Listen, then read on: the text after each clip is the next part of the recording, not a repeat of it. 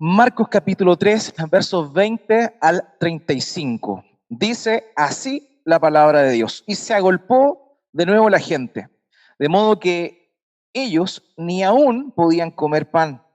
Cuando lo oyeron los suyos, vinieron para prenderle porque decían, está fuera de sí. Pero los escribas que habían venido de Jerusalén decían que tenía a Beelzebú y que por el príncipe de los demonios echaba fuera los demonios. Y habiéndolos llamado, les decía en parábolas, ¿cómo puede Satanás, echar fuera a Satanás? Si un reino está dividido contra sí mismo, tal reino no puede permanecer.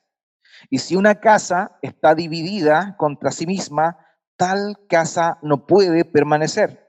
Y si Satanás se levanta contra sí mismo y se divide, no puede permanecer, sino que ha llegado su fin.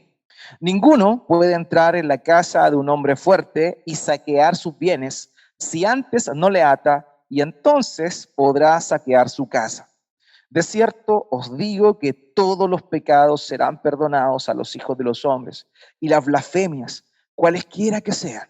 Pero cualquiera que blasfeme contra el Espíritu Santo no tiene jamás perdón, sino que es reo de juicio eterno. Porque ellos habían dicho, tiene espíritu inmundo. Vienen después sus hermanos y su madre, y quedándose afuera, enviaron a llamarle. Y la gente que estaba sentada alrededor de él le dijo, tu madre y tus hermanos están afuera, te buscan. Él le respondió diciendo, ¿quién es mi madre y mis hermanos?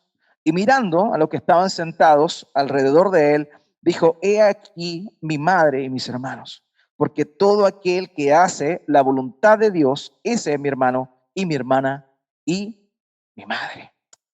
Sin duda alguna, Dios nos creó a nosotros como personas únicas. Cada uno de nosotros es distinto.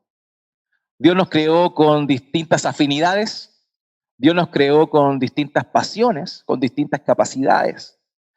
Y eso es algo característico del ser humano. Somos distintos por diseño. Pero una de las cosas que uno nota es que pese a esa diversidad, entre comillas, la buena diversidad, es que nosotros nos encontramos con que la corrupción del ser humano de alguna manera genera que existan algunos tipos de personas bien clasificadas. Y eso es bien interesante, es bien interesante. En un curso, por ejemplo, aquellos que se dedican a la docencia pueden contemplar que existen distintas clases de alumnos. Existen alumnos que son más aplicados, otros que son flojos, pero inteligentes, capaces, y otros que finalmente van a puro calentar el asiento. Y eso también sucede en el reino de Dios, eso también sucede en lo que tiene que ver con lo que, con las personas, con el mundo en sí. Ahora, una de las cosas que hemos ido perdiendo y que se ha ido perdiendo cada vez más en este tiempo es el concepto de la prudencia. De hecho, es increíble eso, pero pareciera que nuestros niños ya no vienen con el gen de la prudencia. Cada vez son más imprudentes, como que no tienen esa mesura que tal vez nosotros o bien nuestros padres nos transmitían y nosotros emulábamos de alguna manera. Y eso es bien interesante porque es una característica de nuestra generación, una generación carente de prudencia. Y nos pasa, nos pasa. Como decimos aquí en Chile, hay personas que son poco ubicadas también, como que están en un lugar determinado y en realidad no saben cómo comportarse en ese lugar. Y eso sucede realmente, lo vemos nosotros en nuestro diario vivir. Muchas veces nosotros estamos con nuestros hijos en algún lugar y nos hacen pasar vergüenza por comentarios que hacen. ¿Por qué? Porque evidentemente tienen esta característica de la imprudencia o ser poco ubicados en su contexto. ¿A quién no le ha pasado? A los que somos padres, ¿cierto? Que de pronto hemos servido todos, nos sentamos a comer y apenas nos sentamos a comer, nuestro hijo nos dice, quiero ir al baño. Eso es algo común que sucede. Acabamos de terminar, nos sentamos a la mesa y nos dice, quiero ir al baño. Entonces eso muestra claramente que nuestros hijos, aparte de ser imprudentes, tienen una tendencia. Y esa tendencia es a preocuparse exclusivamente de sus propias necesidades y no percibir cuáles son las necesidades de nosotros, sus padres. ¿Por qué? Porque el niño nace con una cultura del yo, del yo. Todo gira en torno a ellos, ¿cierto, niños? Todo gira en torno a ustedes. Tristemente es así, todo lo traemos por defecto, todo lo traemos por naturaleza, pero hay personas que tienen una característica más exacerbada con respecto a esto, ¿cierto? También vemos y nos encontramos nosotros de pronto con personas que son de otro tipo, son medias tercas, son medias duras de cabeza, y no es que sean poco inteligentes, sino que en realidad son tosudas, son personas difíciles de persuadir, y eso también sucede. Y es parte también propio de las personalidades de los seres humanos. Y muchas personas a veces encuentran o conocen algo de alguna manera y llegan a la muerte con ese conocimiento que tal vez no estuvo del todo cierto, que no estuvo del todo correcto, pero como ellos comenzaron y aprendieron así, es así, ¿cierto? Y eso también es característico de nuestra generación. Somos gente dura de mollera en muchas oportunidades con respecto a cómo creemos algunas cosas y cómo definimos algunas cosas. No sé si ustedes se acuerdan, lo más antiguo tal vez lo recordarán.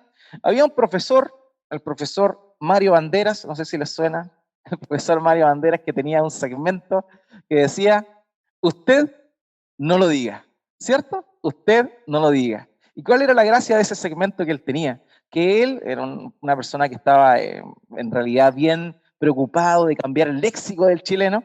Él le decía cómo realmente se deben decir algunas cosas, ¿cierto? Por ejemplo, él decía, no diga celebro, diga cerebro. ¿Por qué? Porque dentro de la jerga antigua sobre todo, las personas tenían esta concepción y decían mal algunas palabras. Por ejemplo, no diga septiembre, diga septiembre, aunque antes se entendía que era septiembre, pero es septiembre. Y así sucesivamente. Yo me acuerdo cuando iba a la feria, las personas, uno vendía sanadorias, no eran zanahorias, eran sanadorias. Y así, porque las personas tienen una concepción, así es y así es simplemente, hay una tosudez. Y eso también es una característica, tristemente, del ser humano, ¿sí? ¿Cierto? Somos ensimismados en nosotros mismos, somos el centro, todo gira en torno a nosotros y además, muchas veces, tristemente, somos duros de mollera. En fin, ¿qué vemos nosotros acá en este pasaje? Lo que nosotros vemos aquí es 4 grupos de personas que reaccionan de acuerdo a las características que tienen con respecto a la persona del Señor Jesucristo. Eso es. Y aparte, hoy vamos a estar viendo un tema que yo sé que para muchos de ustedes es muy interesante, que es la definición real de lo que corresponde a la blasfemia contra el Espíritu Santo.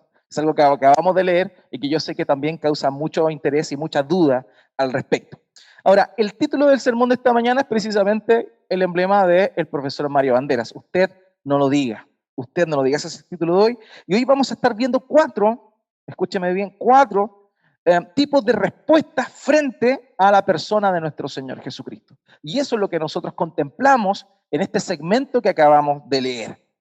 4 tipos de personas y cómo reaccionan estas frente al Señor Jesucristo. Y esto ocurrió en el pasado, pero nosotros vamos a ver que también es algo que sucede hoy.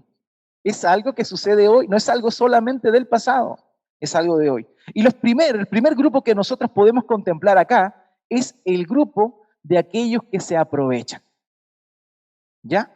Aquellos que se aprovechan. Un término un poco más técnico es aquellos que se aprofitan, que usufructúan de las demás personas. Y ese es el primer grupo que nosotros vemos acá. Acompáñame por favor al versículo 20. Nótelo ahí. Marcos capítulo 3, versículo 20 dice, y se agolpó de nuevo la gente, de modo que ellos ni aún podían comer pan.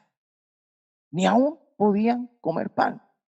Sabemos que el itinerario de nuestro Señor era muy activo de aquí para allá, de una ciudad a otra, sanando, enseñando, expulsando demonios y así sucesivamente. Ese era el itinerario de nuestro Señor. Y había un grupo de personas que le seguía a todas partes. Ellos le seguían, pero con un solo fin. Y ese fin era poder satisfacer su propia necesidad. Ellos lo único que anhelaban era que Jesús respondiera a sus necesidades. Y a todo lugar le seguían. Y aquí podemos nosotros contemplar cómo es que nuestro Señor tenía una agenda muy, pero muy apretada y sobre todo con demandas de personas que lo único que buscaban era poder satisfacer sus propias necesidades, no importándole ni siquiera quién era aquel que se le iba a satisfacer. Jesús podía haber sido un falso maestro y si hacía las cosas que hacía, lo iban a seguir igual, porque a la gente no le importaba quién él era, sino importaba lo que podía sacar de él. Y ese es un principio que todavía tristemente hoy el ser humano tiene. Es cierto, muchas personas ven a Dios, ven a Jesús simplemente como aquel que le puede satisfacer sus demandas, como aquel que puede responder sus problemas. ¿Y cuándo se acuerdan de Dios? Precisamente cuando están pasando por una necesidad. Tienen un familiar con una dolencia, con una enfermedad severa, ¿y qué sucede? Ahí inmediatamente se acuerdan de Dios. Comienzan a lo que creen ellos que es orar, y comienzan a buscar a Dios en ese momento, aprovechándose ciertamente de esa situación. ¿Por qué? Porque nunca vemos más a Dios como cuando nosotros no tenemos nada que hacer al respecto. Pero esa es la tendencia, ese es un tipo de persona. Hay muchas personas que son así.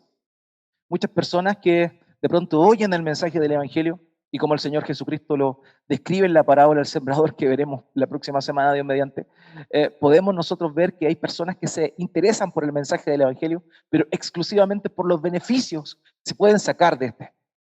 Y ese era el primer grupo de personas que seguía a Jesús.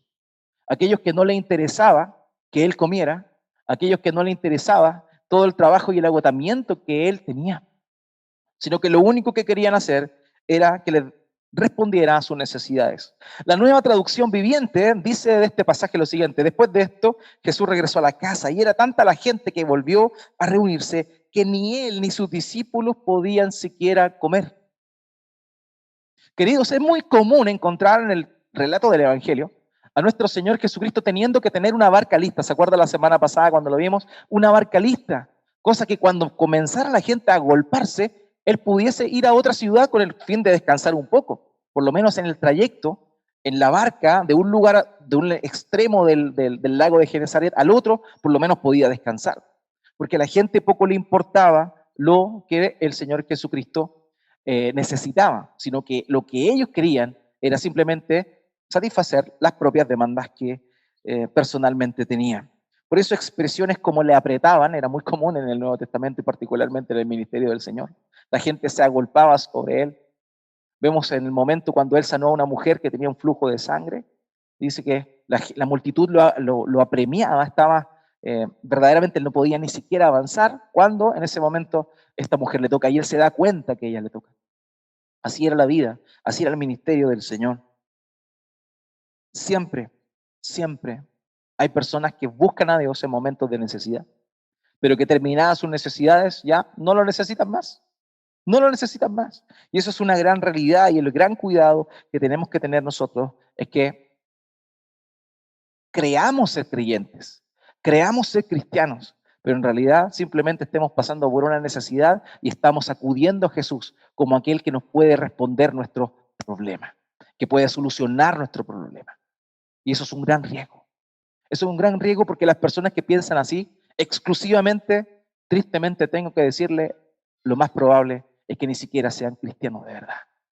Ni siquiera se hayan arrepentido de sus pecados y solamente buscan a Jesús como respuesta a sus problemáticas.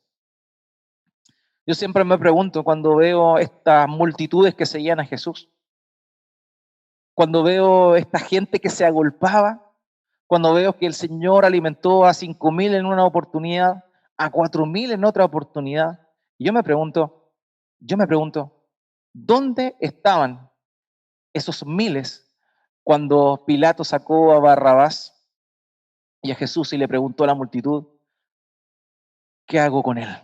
Y gritaban, crucifícale. ¿Dónde estaban ellos? ¿Estaban ahí? O quizá, o quizá no estaban ahí. O tal vez estaban y gritaron, crucifícale. Tal vez votaron por Barrabás. ¿Por qué? Porque ellos lo único que necesitaban era que Jesús solucionara su problema, pero no tenían ningún interés ahí. Ese es el primer grupo de personas que nosotros contemplamos, y no solo en ese tiempo, queridos, sino que ahora también. Personas que solo buscan a Dios por necesidad, pero que no le interesa su persona. Solamente quieren sacar el pillo, como se dice en la jerga del pool, sacarse el problema de encima. Y eso es un gran problema y tenemos que tener mucho cuidado, analizar nuestro corazón y ver si realmente nosotros somos de ese tipo de personas, que solamente buscamos a Dios por necesidades específicas y no porque hay un verdadero cambio en nuestro corazón, un arrepentimiento genuino al reconocer nuestra condición de pecado. El segundo grupo que nosotros nos encontramos acá eran los familiares. Acompáñenme el versículo 21. Cuando lo oyeron los suyos, vinieron para prenderle porque decían que está fuera de sí. ¿Quiénes eran estos? ¿A qué casa llegaron? Probablemente a la casa donde el Señor Jesucristo se alojaba, ahí en Capernaum. Pero es interesante esto, porque aquí viene la familia de Jesús. ¿Quién eran los suyos? Era la familia de Jesús, los que lo conocían.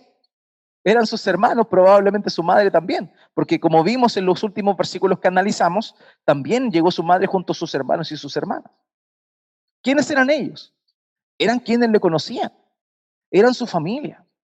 Y en ese tiempo, probablemente cuando empezaron a ver todo lo que estaba haciendo nuestro Señor, empezaron a contemplar todo el ajetreo que Él tenía, y además de eso, las cosas que hacía increíbles, y cómo estaba todo el día sirviendo, todo el día sanando, todo el día librando a la gente de su opresión, ellos dijeron, este hombre está loco.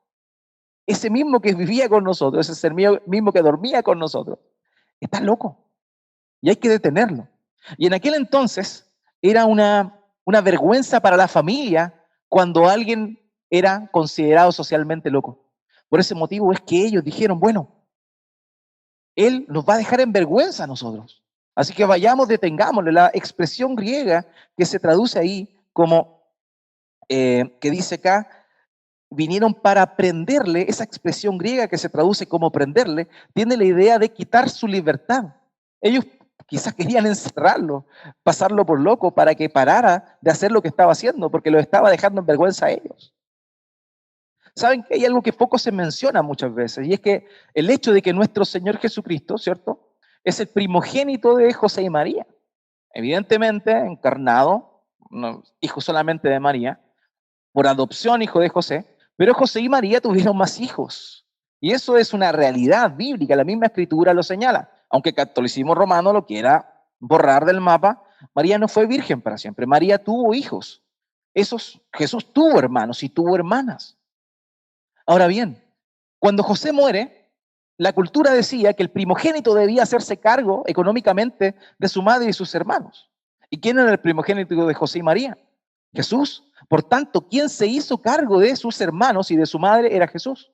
Por ese motivo es que cuando él está crucificado y se ve, está María y Juan llorando al frente de él, él le dice a Juan, Juan, he ahí tú y madre, y a ella le dice, María, madre, he ahí tu hijo, porque le está traspasando la responsabilidad de que para que él sostuviera económicamente a María, pese a que ella tenía más hijos, pero la responsabilidad era del hijo mayor. Por tanto, él le delega esa responsabilidad a Juan. Entonces, ¿quién tenía la responsabilidad de sustentar económicamente a su madre y a sus hermanos? Era Jesús. Jesús sostuvo económicamente a su padre y a sus hermanos. Y esos mismos que estuvieron sostenidos por Jesús, ahora le estaban llamando loco. Lo mismo, lo mismo. Esto es increíble. Esto es increíble. Imagínense. Los que te vieron crecer. Hay un dicho que el mismo Señor Jesucristo repite, nadie es profeta en su propia tierra.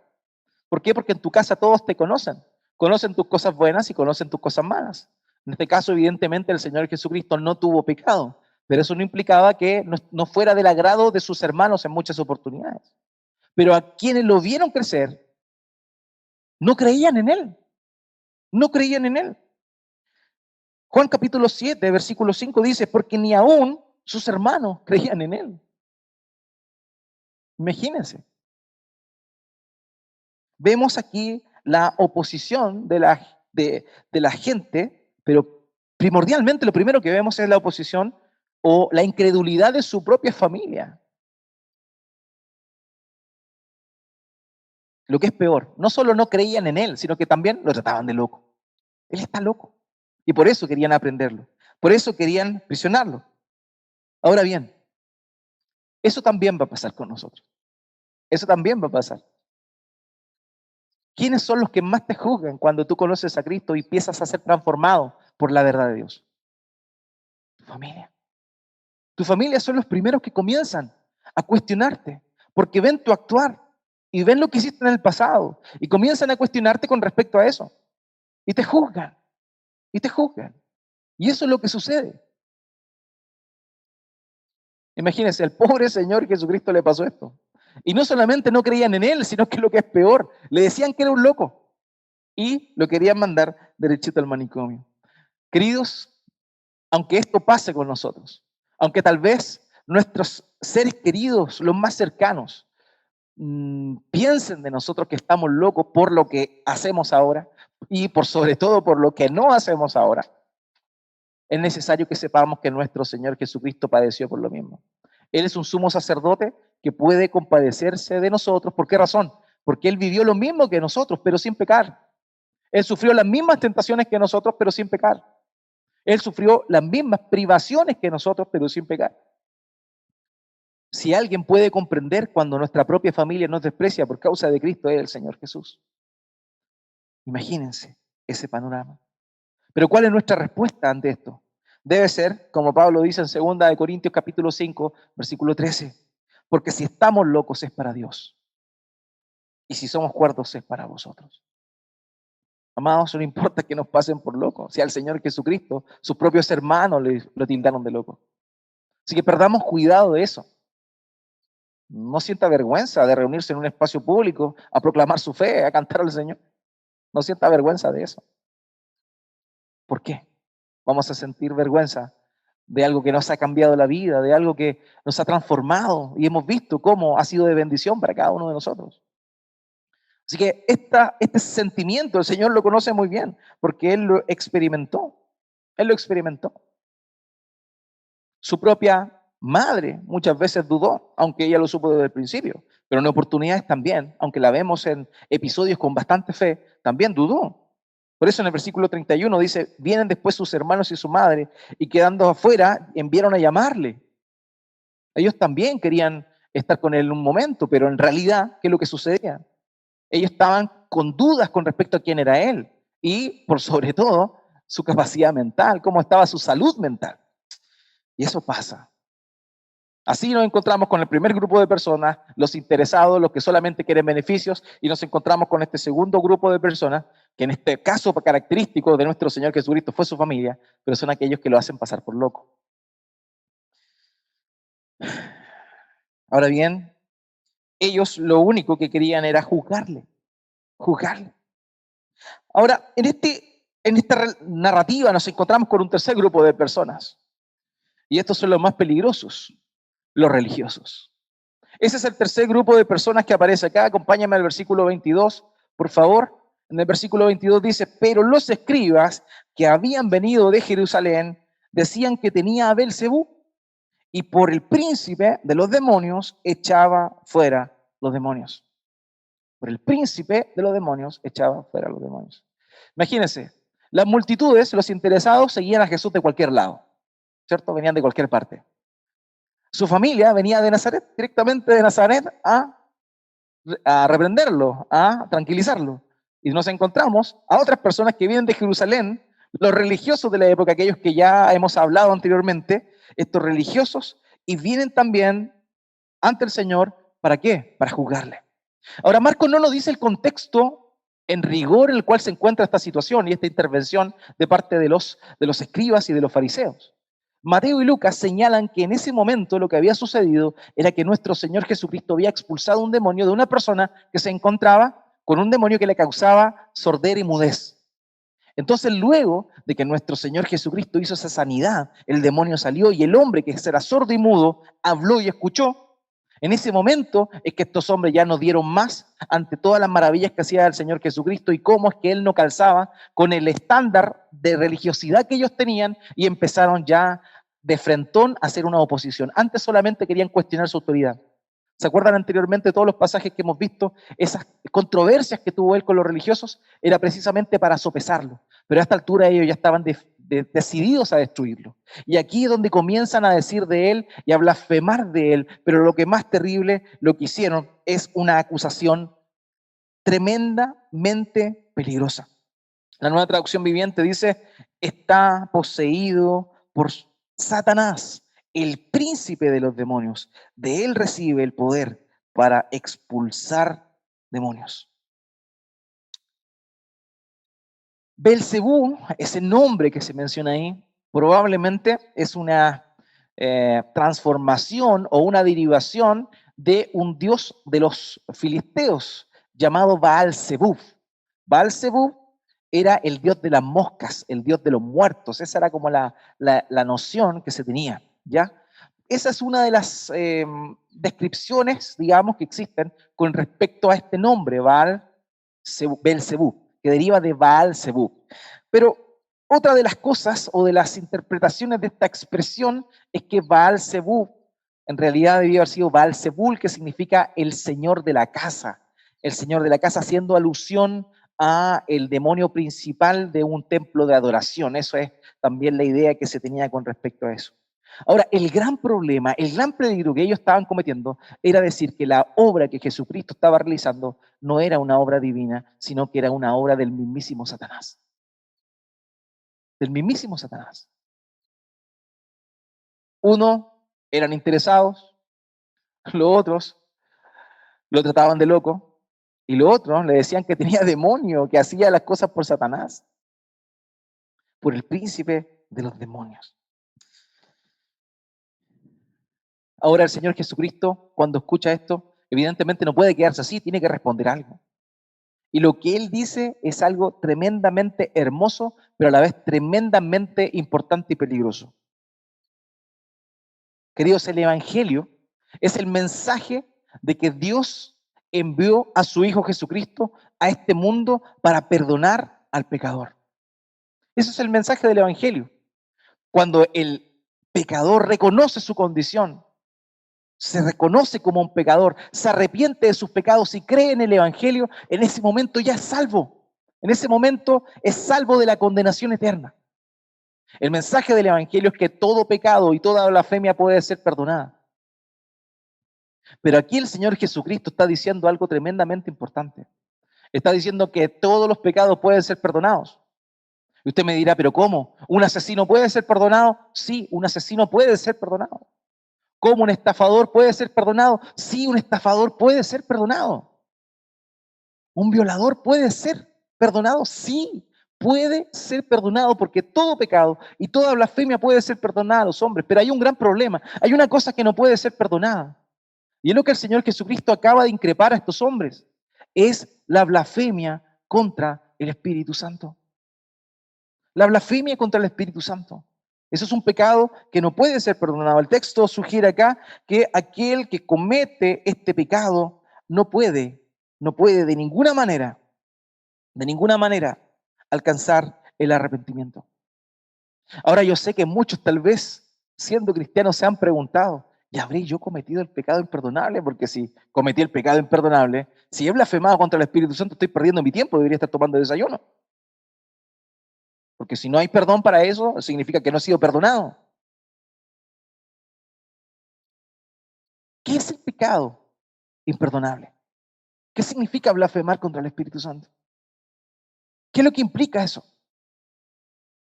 Y eso es importante que nosotros lo notemos y el contexto va a ser el que nos va a responder esa interrogante, lo que nos va a responder esa inquietud que nosotros tenemos. La blasfemia contra el Espíritu Santo no puede ser perdonada porque es algo gravísimo. ¿Saben qué? La Biblia dice que uno puede blasfemar contra el Padre sin problema y arrepentirse y ser perdonado. Uno puede blasfemar contra el Hijo. De hecho, lo hicieron, el mismo apóstol Pablo blasfemó, obligaba a cristianos a blasfemar el nombre de Jesús para que no los mataran. Y fue perdonado. Pero hay una cosa que no puede ser perdonada y es la blasfemia contra el Espíritu Santo, porque el Espíritu Santo tiene una función distinta. No es que sea más importante que el Padre y el Hijo, tiene una función distinta dentro de la orden trinitaria. Tiene una labor distinta él. Él ni siquiera viene a testificar de su propia persona. Él viene a testificar del Hijo y del Padre, a dar gloria al Hijo y al Padre. Por tanto, cualquiera que blasfeme contra el Espíritu Santo no tiene perdón de Dios. Ahora comprendamos qué significa la blasfemia contra el Espíritu Santo. ¿Qué es lo que hicieron estos religiosos? Estos religiosos compararon la obra de Cristo, que era hecha con el poder del Espíritu Santo, la compararon con la obra de Satanás. La dureza de su corazón era tal. Los rasgos del mesianismo de Jesús eran evidentes. Eran evidentes. El Espíritu del Señor ¿Se acuerdan cuando leen en Nazaret, el Espíritu del Señor está sobre mí, haciendo una cita de Isaías? Y me ha llamado para dar libertad a los cautivos, para dar vista a los ciegos, para que los sordos puedan escuchar. Citando, evidentemente estoy parafraseando a Isaías.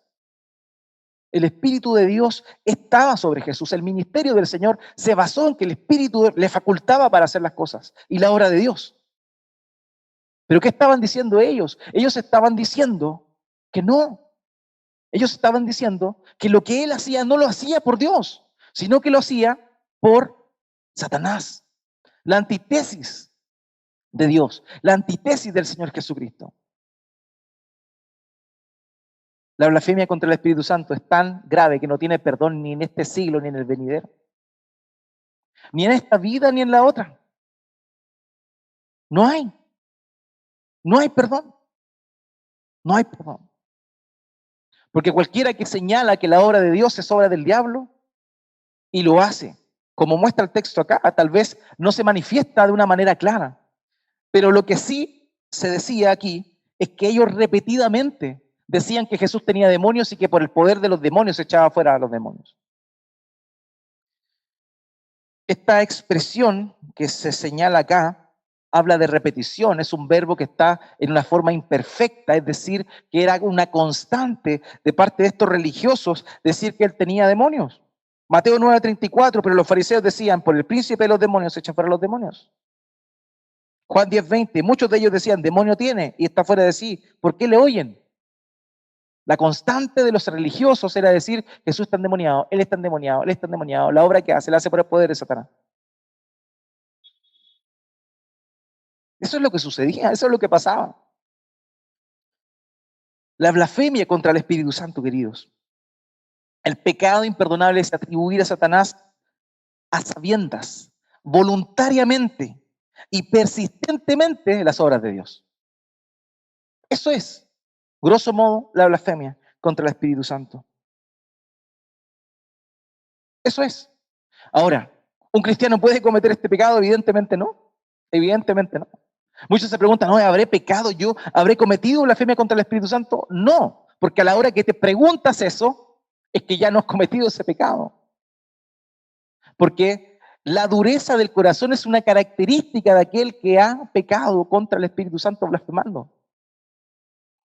Ahora, quiero contarles de manera breve 7 puntos que hacen alusión a este pecado de la blasfemia contra el Espíritu Santo.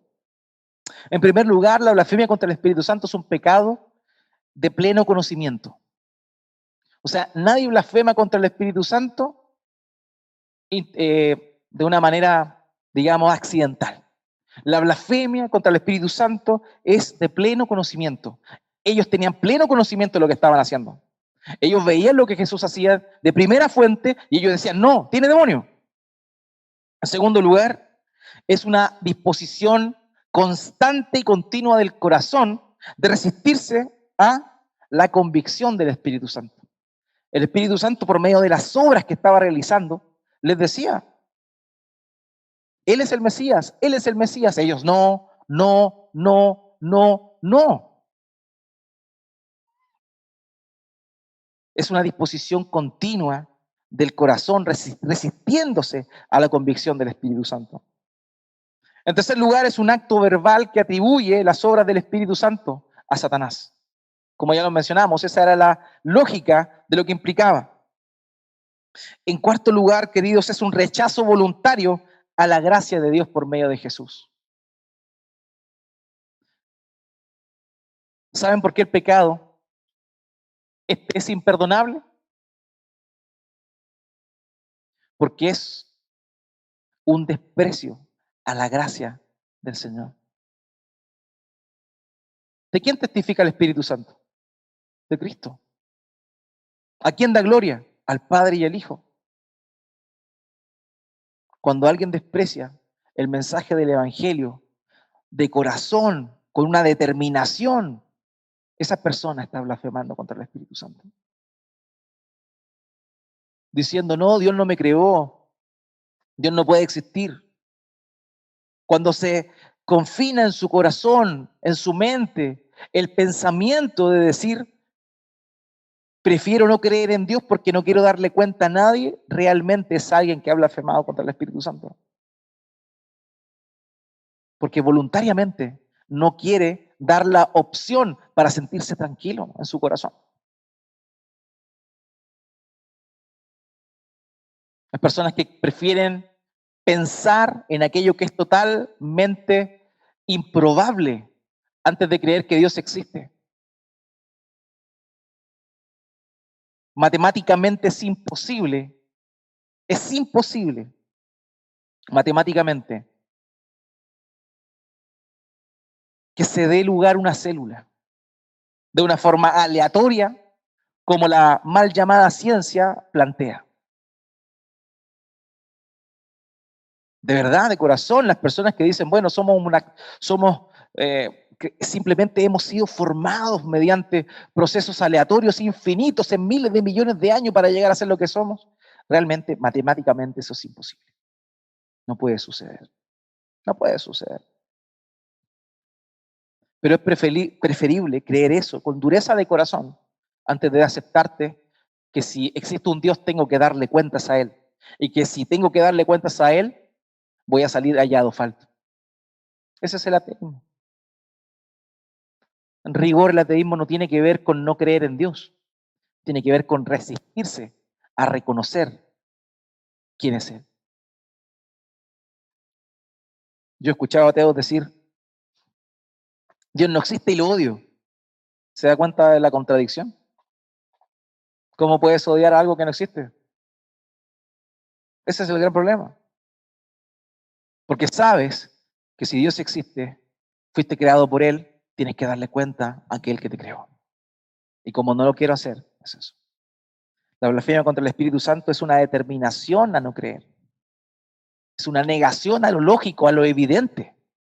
Esa es la blasfemia contra el Espíritu Santo. Y evidentemente tiene sus raíces en la incredulidad. Ese es el quinto punto. Tiene sus raíces en la incredulidad. Incredulidad. De manera que este es un pecado que un creyente no puede cometer. Un cristiano no puede cometer este pecado.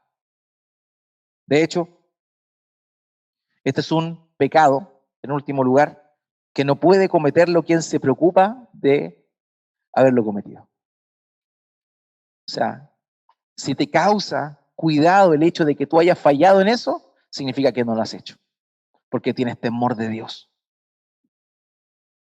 Vemos nosotros acá cómo estos hombres, cuestionan al Señor y le llaman endemoniado. Y esa es la otra visión, la visión del religioso. La visión del religioso. Aquellos que como no les cuadra de acuerdo a sus preconcepciones, evidentemente rechazan la verdad por evidente que ésta sea. Ahora hay unos elementos que aparecen acá que son muy interesantes y yo creo que tienen todo el poder, digámoslo, para ser tratados de manera individual. Como no es el propósito del segmento en sí, no lo voy no voy a profundizar en ello, pero realmente hay cosas que tenemos que reconocer acá y que aparecen descritas por el Señor Jesucristo. Y esto tiene que ver con el gobierno de Satanás. Simplemente lo voy a mencionar, no lo voy a explicar, pero es para que usted sepa, el Señor Jesucristo habla de el reino de Satanás. Habla como un reino. Dice, un reino dividido no puede prevalecer. O sea, Satanás tiene un gobierno, gobierna el mundo. Y esto es un paréntesis, simplemente como el Señor hace mención de ello, no me detendré. También es una familia, el reino de las tinieblas es una familia. Por eso dice una casa dividida. Cuando habla de una casa no se está refiriendo a una construcción, se está refiriendo a una familia que habita en una casa. El reino de las tinieblas es un reino, valga la redundancia, también es un hogar, una familia. Satanás tiene una familia de maldad. Y también es un reino dirigido por Satanás. Quien es una persona real, no es simplemente una metáfora, no es simplemente una personificación de la maldad. No, Satanás es un ser, es un ser. Y el Señor Jesucristo lo está diciendo claramente acá. Ahora, lo que sí quiero mencionar es que el Señor dice en el versículo 27, ninguno puede entrar a la casa de un hombre fuerte y saquear sus bienes si antes no le ata, y entonces podrá saquear su casa. Y aquí me quiero detener. ¿Por qué? Porque eso significa que nuestro Señor Jesucristo vino a atar a Satanás. Si Él, si ningún hombre puede entrar a la casa de otro hombre fuerte y saquear sus bienes si antes no le ata. Antes de que el Señor Jesucristo viniera, los únicos que tenían acceso, digámoslo, a la verdad de Dios era el pueblo de Israel. Eran los únicos que conocían a Dios. Eran los únicos.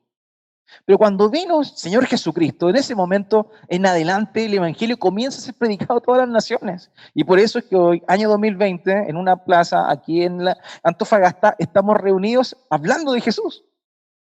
Porque Cristo vino y cuando Cristo vino, el diablo fue atado.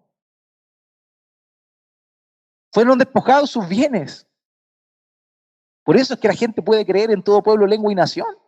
Antes eso no se podía, era imposible. Pero el Señor Jesucristo, dice acá, vino precisamente a eso, a todo el hombre fuerte para que ahora todas las personas puedan tener y llegar al conocimiento de la verdad del Evangelio. Y eso es lo más importante de esto. Para cerrar este gran paréntesis, amados, Cristo venció, Cristo triunfó. Satanás muchas veces se muestra como alguien poderoso, como alguien que es temible, pero no, Jesucristo lo venció. Y lo venció de una manera tremendamente paradójica a través de una cruz, derramando su sangre, dando su vida. Y de esa forma el Señor Jesucristo lo hizo. Ahora, luego de haber hecho este paréntesis, que en algún momento, cuando estudiemos Dios mediante escatología, vamos a analizarlo de mejor manera, pero terminando con este paréntesis, nos encontramos con el cuarto grupo de personas. Y este grupo de personas le he llamado a la gente del reino de Dios. Capítulo 33, versículo 33 al 35, acompáñame por favor, dice, él le respondió diciendo, ¿quién es mi madre y quién mis hermanos? Y mirando los que estaban sentados alrededor de él, él dijo, he aquí mi madre y mis hermanos, porque todo aquel que hace la voluntad de Dios, ese es mi hermano y mi hermana y mi madre. Tenemos cuatro grupos de personas, los interesados, los que lo trataban por loco, los que los trataban por endemoniado y aquellos que realmente eran parte de la familia de él. El Señor Jesucristo dice que no es tan importante, para él no lo era. El linaje de donde venía. Para él verdaderamente su madre y sus hermanos y hermanas eran aquellos que hacían la voluntad del Padre. Ahora bien, esto no significa que tú para ser hermano de Jesús, familia de Jesús, tengas que hacer la voluntad de él y de alguna forma por medio de la obediencia ser hermano del Señor, ser familia de Dios. No. En realidad lo que vemos nosotros es que esta obediencia a la voluntad de Dios es una repercusión, es un fruto de haber sido salvado por gracia. Eso es, un autor señaló, dijo, la obediencia no se origina en una relación con Dios, porque la fe lo hace, pero la obediencia es una señal de ella. O sea, la obediencia es una señal de que tú realmente has sido reconciliado con Dios por la obra de Cristo. Esa es la idea. El obispo Ryle, Juan Carlos Ryle, dijo, la doctrina que tenemos ante nosotros es la corona, es la gloria del Evangelio. Lo primero de todo lo que propone al hombre es que es libre, que al hombre le da libre perdón, un perdón pleno, una remisión completa, sin dinero y sin precio que pagar. El ser humano no tiene que hacer cosas para ser parte de la familia de Dios. Es Dios quien envió a su Hijo para que nosotros pudiésemos ser parte de su reino, parte de su pueblo, parte de su familia. Él lo hizo por nosotros. Nosotros no tenemos nada que hacer por Él. Él lo hizo por nosotros. Y la invitación del Evangelio es esa, a todos aquellos que pueden escuchar. Es que no debes hacer nada. Porque todo lo que haces no tiene ningún sentido y no es apto para ser recibido por Dios. El único sacrificio que Dios acepta es el sacrificio de su Hijo Jesús, un sacrificio pleno, perfecto, sin contaminación. Y solo por medio de Jesucristo podemos llegar al Padre. ¿De qué grupo de personas somos nosotros? ¿Qué grupo de personas eres tú? ¿Aquellos que simplemente buscan a Dios por interés? ¿Sabes una cosa? Puede que hayas llegado a Cristo por interés, pero sigues ahí por eso.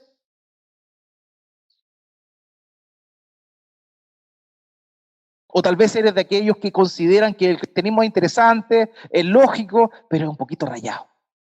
Que hay gente que entra en un fanatismo y son aquellos que de pronto piensan, no, los fanáticos, no, me cargan los fanáticos. Y cuando uno empieza a hacer cosas o a obtenerse de ciertas cosas de forma voluntaria, incluso dentro de la misma iglesia te llaman fanático. ¿Eres uno de esos tal vez? O tal vez eres de aquellos que escuchan el mensaje del Evangelio, ven las obras que Dios hace una y otra vez, pero aún así tienes tu corazón endurecido. ¿Te parece lógico? ¿Tiene coherencia lo que escuchas? Pero aún así tienes tu corazón duro. No quieres reconocer tu condición. No quieres reconocer que verdaderamente Jesús es el Hijo de Dios y que es el único medio para llegar al Padre. ¿Eres como esos religiosos? ¿Eres como esos fariseos? ¿O en realidad eres como estos hombres que estaban ahí, al cual el Señor Jesucristo señaló, diciendo, todo aquel que hace la voluntad de mi Padre es mi madre, mis hermanos y mis hermanas? Estamos mostrando por gratitud y por fruto de lo que Cristo hizo por nosotros eso. Hermanos, el mensaje de esta mañana tiene ese tenor, ese color. ¿A qué grupo perteneces? ¿A qué grupo perteneces? Que el Señor nos ayude a poder ver su palabra, meditar en su palabra y reflexionar en nuestro andar, en nuestro caminar. Si estamos mostrando con gratitud y obediencia a Dios lo que Él hizo por nosotros o no. Y si no, es un momento para volverse al Señor, es un momento para arrepentirse, es un momento para reconocer, es un momento para humillarse, pedir perdón a Dios y saber que si alguno ha pecado, abogado para con el Padre tiene Jesucristo el justo. Amados, que el Señor nos dirija, que el Señor nos bendiga por medio